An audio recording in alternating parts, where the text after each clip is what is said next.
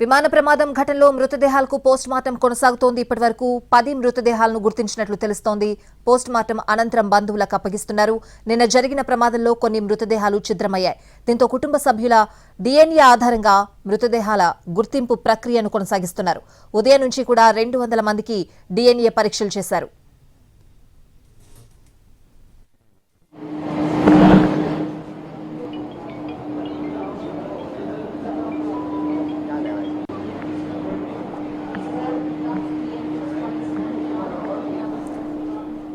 విమాన ప్రమాదం ఘటనలో మృతదేహాలకు పోస్టుమార్టం కొనసాగుతోంది. ఇప్పటివరకు 10 మృతదేహాలను గుర్తించినట్లు తెలుస్తోంది.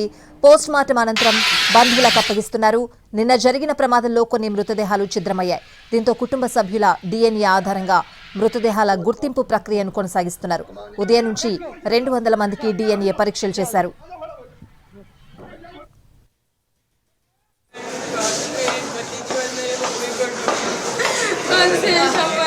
इतना कुछ किया है आज हमारे लिए, इतना करूँगी बस मेरे भतीजे और मेरे मम्मी को मिला दो।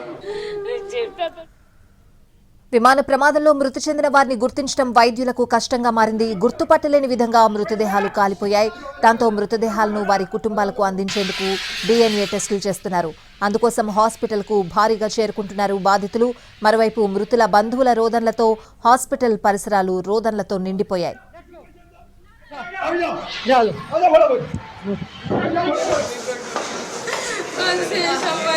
इतना कुछ किया है आज हमारे लिए, इतना करूँगी बस मेरे भतीजे और मेरे मम्मी को मिला दो। चिपता तो ना ले चीजो पर बॉडी लेने गैर जाए चिपता तो मुना गाड़ी होगी. గుజరాత్లోనే వీలైనంత త్వరగా DNA టెస్టులు పూర్తి చేస్తామని కేంద్ర హోంమంత్రి అమిత్ షా స్పష్టం చేశారు. DNA టెస్టుల తర్వాతనే మృతదేహాలను బంధువులకు అప్పగిస్తామన్నారు. విమానంలో మొత్తం 242 మంది ఉండగా వీరిలో 230 మంది ప్రయాణికులు, 12 మంది సిబ్బంది ఉన్నారు.